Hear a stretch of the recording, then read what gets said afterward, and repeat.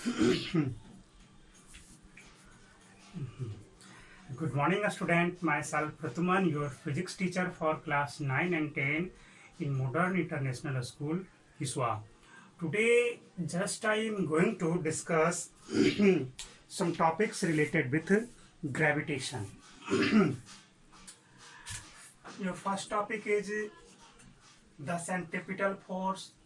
Second one is idea of inverse square rule, and third one is acceleration due to gravity. यहाँ पे the centripetal force जो है, this is not the part of gravitation. This is the part of circular motion, है ना.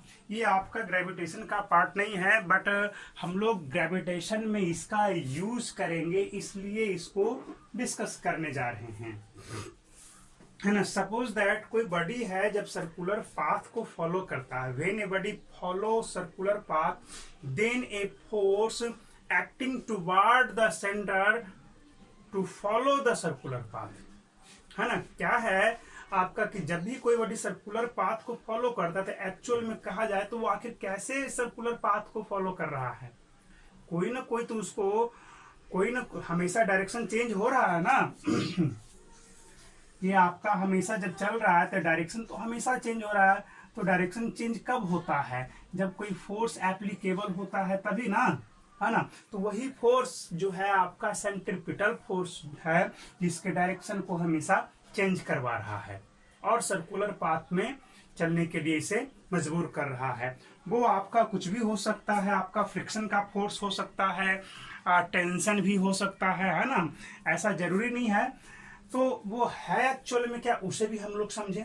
देखा जाए, suppose that हम क्या करें कि एक स्टोन को ले लें, एक स्टोन को ले लें इस तरह से, और एक धागा ले लें. यहाँ पे स्टोन को हमने बांध दिया इस तरह से, और धागे में यहाँ पे रिंग टाइप का बना लिया.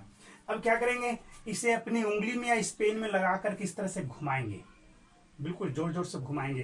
तो एक्चुअल में आप क्या देखोगे कि ये जो है आपका रोटेशनल मोशन साथ ही साथ सर्कुलर मोशन को भी फॉलो कर रहा है, सर्कल में मूव करता रहता है ना. ये स्टोन का टेंडेंसी रहता है बाहर जाने का, बट ये जा नहीं पाता है. ये सर्कल में आपको सर्कुलर पाथ में घूमते रह जाता है. अब ऐसा क्यों हुआ? क्योंकि इस पर एक फोर्स लग रहा था, सेंट्रिपिटल फोर्स. वही क्या कर रहा था, इसके डायरेक्शन को हमेशा बदल रहा था. अब एक चीज और इंपॉर्टेंट टर्म्स यहाँ पे ये आ जाता है कि ये आखिर ये जो फोर्स लग रहा था वो तो सेंट्रिपिटल फोर्स था, वो आखिर किसके थ्रू लग रहा था, किसके थ्रू इस पे सेंट्रिपिटल फोर्स आपको लग रहा था. सोचने की बात है.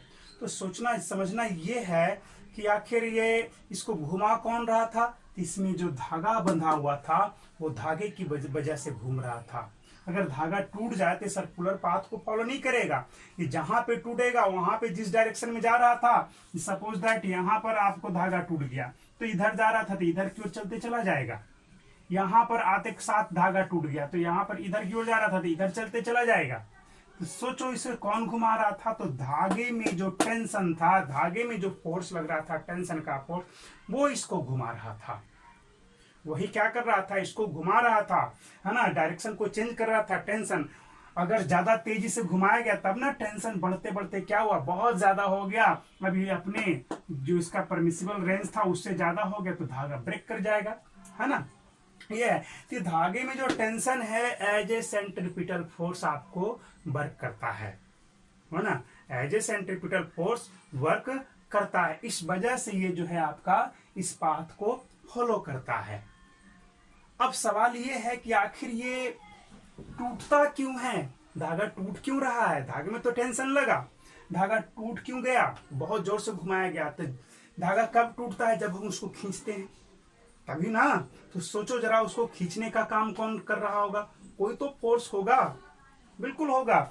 आखिर इधर की ओर टेंशन लगा, जिसे हमने कहा कि as a centripetal force work कर रहा था, तो बाहर की ओर भी एक फोर्स लग रहा था, है ना. नहीं तो क्या इधर की ओर फोर्स लगेगा तो ये जो धागा, ये जो स्टोन है वो तो इसकी ओर चला जाना चाहिए था, वो इसकी ओर चला जाना चाहिए था. बट क्या है, ये जो डिस्टेंस है वो हमेशा मेंटेन होकर के चल रहा है.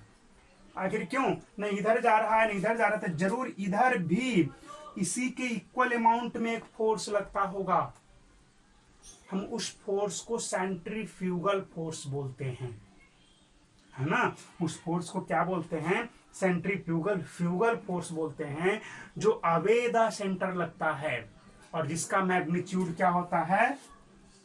mv²/r होता है। v²/r सेंट्रीपिटल एक्सेलरेशन भी बोलते हैं। यही इतना ही अमाउंट का फोर्स धागे में भी लगता है। ये टेंशन और ये दोनों क्या है? बराबर है। इसलिए हम लोग जो है mv²/r को सेंट्रीपिटल फोर्स भी बोल देते हैं। एक्चुअल में तो अवेदा सेंटर लगते रहता है ना, बाहर की ओर, है ना। इसे स्टोन को बांध करके घुमाने में मदद कौन कर रहा था? तो सेंटर की ओर जो टेंशन था, ये टेंशन और ये दोनों बराबर है। तो tension as a centripetal force work कर रहा था टुवर्ड द सेंटर, ये लग रहा था, है ना। टेंशन की बात करोगे तो यहाँ पे इनवर्ड में, यहाँ पे आउटवर्ड में लग रहा है।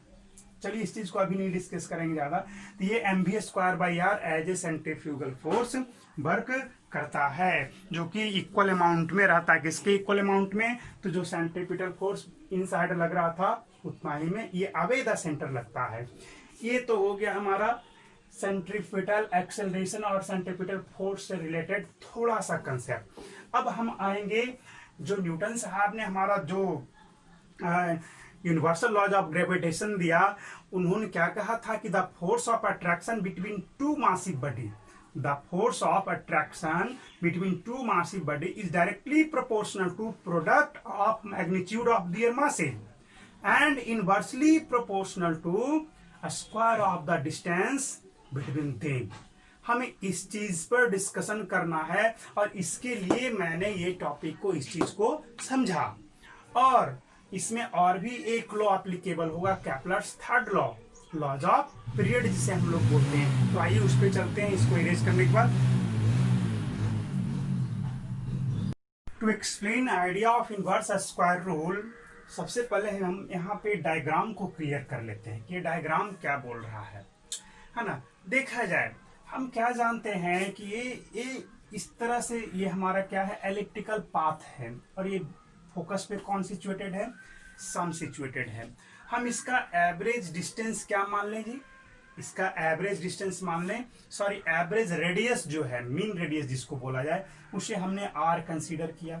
तब ये सर्कुलर पाथ के जैसे, जिस कहीं पे आपका कुछ वेलोसिटी, सॉरी कहीं पे कुछ रेडियस, कहीं पे कुछ दिख रहा है। यहाँ से ये रेडियस, ये बड़ा और बड़ा, छोटा फिर छोटा, है ना। तो हमने एवरेज क्या मान लिया? इसका मीन रेडियस r है ना। और वेलोसिटी भी तो हर जगह अलग अलग है, वेलोसिटी भी क्या है?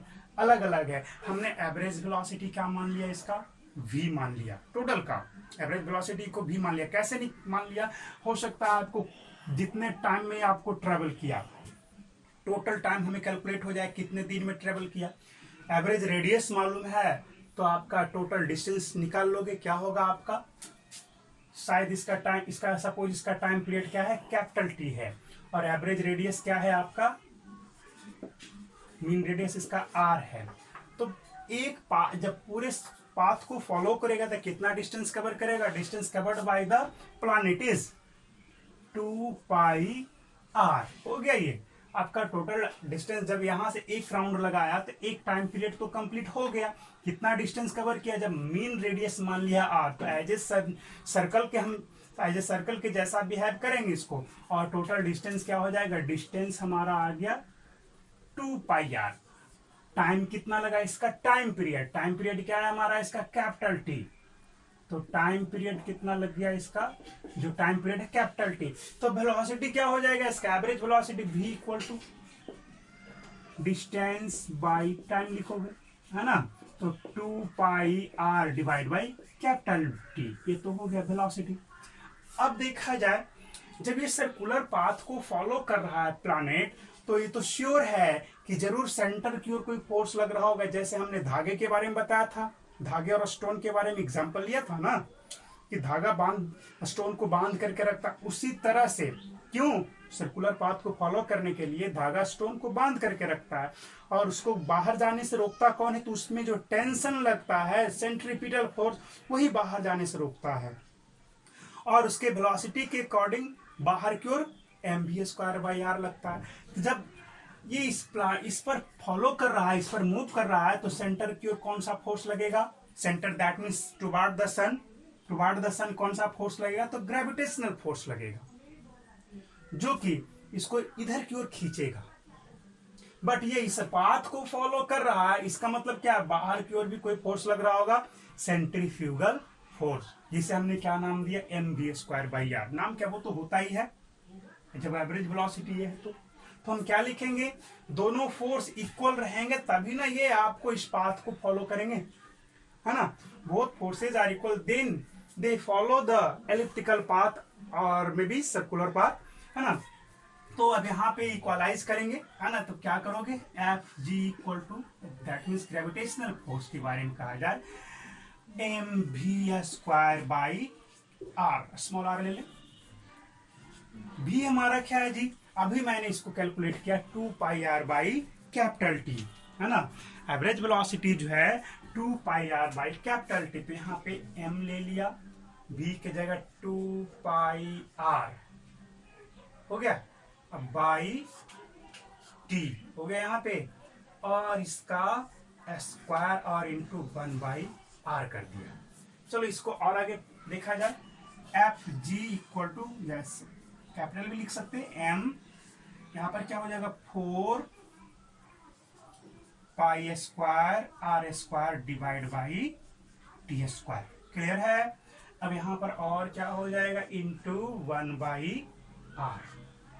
क्लियर हो गया? यहां से आगे देखा जाए कुछ और इसमें हम लोग करेंगे। यहां से देखें, कुछ हटाया जाएगा इसमें से, F G equal to m 4πr², sorry π², 4π²m। हम इसको क्या लिख सकते हैं? इसको लिख सकते हैं r²/t² इंटू r। बिल्कुल लिख सकते हैं। देखो यहाँ पर क्या हो जाएगा? r², ऐसे इसको कैंसिल भी कर सकते हैं। क्या बच गया यहाँ पे? r/t²। क्लियर? और according to from third law, Kepler's third law of planetary motion, क्या कहता है? Square, sorry, cube of mean radius, that means r cube is directly proportional to a square of its time period, है ना। और यहाँ पे ये भी तो लिख सकते हो, आर क्यू इक्वल टू के इंटू t², और भी कुछ लिख सकते हैं हम लोग, है ना। क्या लिख सकते हैं? यहाँ पे आर क्यू है, यहाँ पे, है ना। तो यहाँ पर क्या लिख सकते हो? यहाँ पे आराम से लिख दें, यहाँ पे sorry, t² equal to R Q by K भी लिख सकते हैं। यहाँ पर क्या होगा? फ्रॉम केप्लर्स थर्ड लॉ से, ये है थर्ड लॉ, यही कहता है। अब देखो यहाँ पे t² की जगह r³ लिख सकते हैं हम। तो ग्रेविटेशनल फोर्स का क्या कंसेप्ट मिला? 4π² m r बाई, यहाँ पे क्या लिखोगे? r³/k, तो k तो ऊपर चला जाएगा, श्योर, जैसे नीचे। अब क्या हो जाएगा? यहाँ से कैंसिल होते हैं, यहाँ स्क्वायर बचेगा, बच गया। अब देखा जाए, अब हम इसको ऊपर ले जाते हैं, थोड़ा सा ऊपर की ओर। That means your gravitational force is equal to 4π² के को पहले लिख दिया, और इंटू 1/r²। देखो 4 is constant, pi is also constant, k is also constant, and mass of the planet is also constant। ये सारे क्या हैं? ये चारों क्वांटिटी जो है ये कांस्टेंट है। दिख रहा है ऊपर से? हाँ बिल्कुल दिख रहा है। तो ये सारे क्वांटिटी कांस्टेंट है, तो इसके जगह सबको मल्टीप्लाई करोगे, 4 भी कांस्टेंट, 6 भी कांस्टेंट, है ना। चलो 6 का स्क्वायर भी कांस्टेंट, 3 भी कांस्टेंट, 2 भी कांस्टेंट। क्या सबको मल्टीप्लाई करोगे तो एक बड़ा कांस्टेंट नहीं मिलेगा? एक बड़ा वैल्यू मिलेगा ना कांस्टेंट का। 3 2 जा 6, 6 4 जा 24, 24 इंटू 12 करोगे तो 36 करोगे तो कुछ भी तो आएगा, तो एक कांस्टेंट वैल्यू ही मिलेगा। That means you can write here F G is equal to capital C by r²। और आप जानते हो इस चीज के बारे में जानते हो कि जब आपका कांस्टेंट है तो एक कांस्टेंट को रिमूव करोगे तब क्या आ जाएगा? एक प्रोपोर्शनलिटी साइन आप अप्लाई कर सकते हो, और F G inversely proportional to 1/r²। हो गया यहां से प्रूफ। तो इस तरह से न्यूटन साहब ने केपलर्स थर्ड लॉ को अपनाया और ये बताया कि जो force of attraction between two bodies जो है, और टू प्लैनेट भी बोल सकते हो, is inversely proportional to the square of the distance between them होता है। तो ये था हमारा idea of inverse square rule given by Newton's universal laws of gravitation. Our next topic is acceleration due to gravity. Acceleration due to gravity. Students, हम लोग अर्थ पे हैं तो क्या होता है, जब भी इसे ड्रॉप करते हैं तो क्या होता है, नीचे की ओर जाता है। बट इसका स्पीड क्या कांस्टेंट रहता है? नहीं, इसका स्पीड हमेशा बढ़ते चला जाता है। स्पीड जो है हमेशा क्या होता है, इसका वेरी करते चला जाता है, बढ़ते चला जाता है, क्योंकि अर्थ के थ्रू ड्यू टू ग्रेविटी एक फोर्स ऑफ अट्रैक्शन लगता है, उसी की वजह से ये नीचे जाता है। स्पीड बढ़ता है, दैट मीन्स एक्सेलरेशन हो रहा। अभी जैसे मैंने ड्रॉप किया था, इनिशियल स्पीड क्या है इसका, 0। ज्यादा हाइट से अगर जो छोड़ेंगे तो क्या होगा, नीचे आते आते इसका स्पीड बहुत ज्यादा बढ़ जाएगा, बहुत बढ़ेगा, हमें ज्यादा जोर से चोट लगेगी, है ना। तो देखा जाए इसमें आगे एक्सेलरेशन ड्यू टू ग्रेविटी में हम थोड़ा सा डिस्कस करेंगे। This is the earth and this is the center of the earth and radius of the earth is capital R। क्या है ये, कैपिटल R। और mass of the earth is capital M। Suppose a body is placed at the surface of earth of mass small m, then a gravitational force of attraction is acting toward the center of the earth। अर्थ का tendency होगा इस object को अपनी centre की ओर खींचने का। जैसे आप कुआं वगैरह है तो जैसे ही छोड़ते हो तो वो नीचे की ओर चला जाता है ना, है ना, वो नीचे की ओर चला जाता है। अगर यहां से यहां तक एक सुरंग बना दिया जाए सेंटर की ओर, जैसे ही छोड़ोगे सेंटर के पास चला जाएगा, क्योंकि इसका टेंडेंसी है अपने सेंटर की ओर खींचना। अब आगे इसके बाद देखा जाए, यहाँ पे जो ग्रेविटेशनल फोर्स ऑफ अट्रैक्शन है वो क्या होगा, तो हम जानते हैं capital M small M by R square, G m1 m2 by R square according to universal law of gravitation. तो यहाँ पे हमने ये ले लिया। तो जरा सोचो कि इस बॉडी पे नीचे की ओर जाएगा तो एक्सेलरेशन तो प्रोड्यूस होगा। एक्सेलरेशन क्या प्रोड्यूस होगा, सपोज इसका जो एक्सेलरेशन आया, इसका एक्सेलरेशन हम a मान लेते हैं, तो फोर्स क्या लगेगा इस पर, F equal to mass into acceleration, F equal to mass into acceleration, और G M small M by R square. हो गया, m से m आपका कैंसिल हो गया ना। जैसे आपका ग्रेविटेशनल फोर्स आपको यूनिवर्सल लॉज ऑफ ग्रेविटेशन की मदद से, with the help of universal laws of gravitation, you write here gravitational force is G capital M small m divided by R square. But from Newton's second law, if acceleration produced in this body is A, then force is F equal to mass into acceleration, and that acceleration we have to find out. So we can write here F is equal to mass into acceleration. So mass into acceleration G capital M small m by R square, you cancel out a small m, so gravitational acceleration A equal to G capital M by R square। ये आपका आ गया। यहाँ इसको हम लोग gravitational acceleration को small G से लिखते हैं, है ना, तो small G equal to G M by R square. आप किसी भी प्लानेट पे जाएंगे नहीं, आप उसके बारे में आप सोचेंगे कि वहां पे आपका एक्सेलरेशन ड्यू टू ग्रेविटी क्या होगा, है ना, ग्रेविटेशनल एक्सेलरेशन वहां पे क्या होगा। अर्थ पे अगर आप मास ऑफ अर्थ यहाँ पे पुट कर देते हैं, रेडियस ऑफ अर्थ यहाँ पे पुट करते हैं, तो अप्रोक्सीमेटली आपको जी का वैल्यू 9.8 आता है, 9.8 मीटर पर सेकेंड स्क्वायर आता है ना। अलग अलग प्लैनेट्स पे, मून पे कुछ और होगा, अलग अलग प्लैनेट्स पे इसका वैल्यू जो है वो डिफरेंट होता है, क्योंकि हर प्लैनेट का मास और रेडियस जो है अलग अलग होता है। तो ये था हमारा आज का topic, acceleration due to gravity तक हमने आपको क्लियर करा दिया। तो याद रखेंगे, यहाँ पे आप लिखना चाहोगे किसी और प्लानेट के लिए तो जी पी लिख दो, mass of the planet, sorry capital G into mass of the planet divide by radius of the planet का होल स्क्वायर। ये हो गया आपका, कंप्लीट हो गया। वैल्यू सिर्फ रख करके देख सकते हो, आप चाहो तो रख दो। वैल्यू क्या है, मास ऑफ द अर्थ जानते हैं कितना है, 6 इंटू 10⁻24 है।